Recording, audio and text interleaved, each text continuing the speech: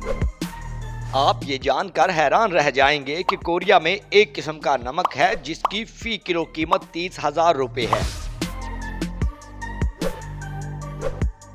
अगर आप समझते हैं कि हिमालयाई गुलाबी नमक दुनिया का महंगा तरीन नमक है तो ये बात दुरुस्त नहीं, बल्कि कोरिया के एक बांस नमक की कीमत 1 पाव मिकदार की 30,000 रुपए है, जो इसे महंगा तरीन नमक बनाती है। इसे कोरियाई बांस नमक बेम्बो सॉल्ट कहा जाता है, जिसकी 240 ग्राम मिकदार की कीमत $400 से ज्यादा है। अगरचे ये आम नमक होता है, लेकिन इसे मुसलसल 50 रोज तक 9 मरतबा बांस के अंदर रखकर भूना जाता है। यही वजह है कि गैर मामूली मेहनत और वक्त की वजह से नमक महंगे दामों फरोख्त किया जाता है।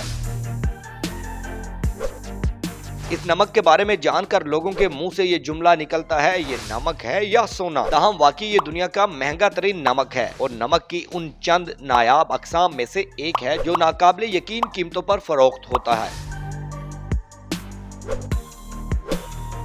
कोरिया के इस नमक का नाम है बाम्बो सॉल्ट यानी बांस नमक। इसे जामनी बांस सॉल्ट या जुगियम भी कहा जाता है, जिसकी कीमत 250 ग्राम के लिए $100 या 34,484 रुपए फी किलो है। कोरियन बांस नमक को दुनिया का सबसे महंगा नमक माना जाता है, जो कोरियन पकवान पकाने के साथ साथ रवायती कोरियाई अद्वियात में भी इस्तेमाल किया जाता है। सवाल तो ये है कि कोरियाई बांस नमक इतना महंगा क्यों है? इसका जवाब दरअसल इसकी पैदावार के तरीके में मौजमिर है।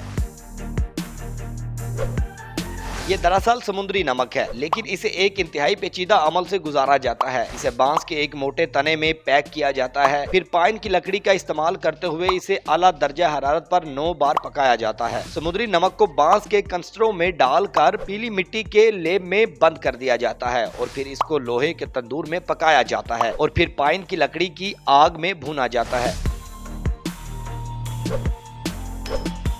कोरिया के मगरबी साहिल से खलीज का नमक हासिल किया जाता है और इसे बांस के तने में भर दिया जाता है, फिर इसे सुर्ख मट्टी में बंद कर दिया जाता है और देवदार पाइन के दरख्त की लकड़ी से भट्टे में पकाया जाता है। इस दौरान बांस का तेल निकलकर नमक में जज्ब हो जाता है। 14 से 15 घंटे में बांस का बैरूनी खोल जलकर राख हो जाता है और नमक पिघलता है। अब दोबारा इस नमक को एक और बेलन नुमा खोखले बांस के टुकड़े में भर कर इस अमल को दोहराया जाता है। ये अमल 8 से 9 मरतबा किया जाता है। आखिरी मरहले में भट्टी मजीद गर्म करके 1000 दर्जे सेंटीग्रेड तक पहुंच जाती है। इसके बाद नमक के डले हाथों से तोड़े जाते हैं और शीशों में भरकर फरोख्त किया जाता है। ये पूरा अमल हाथों से अंजाम दिया जाता है और यही इसकी कीमत भी है।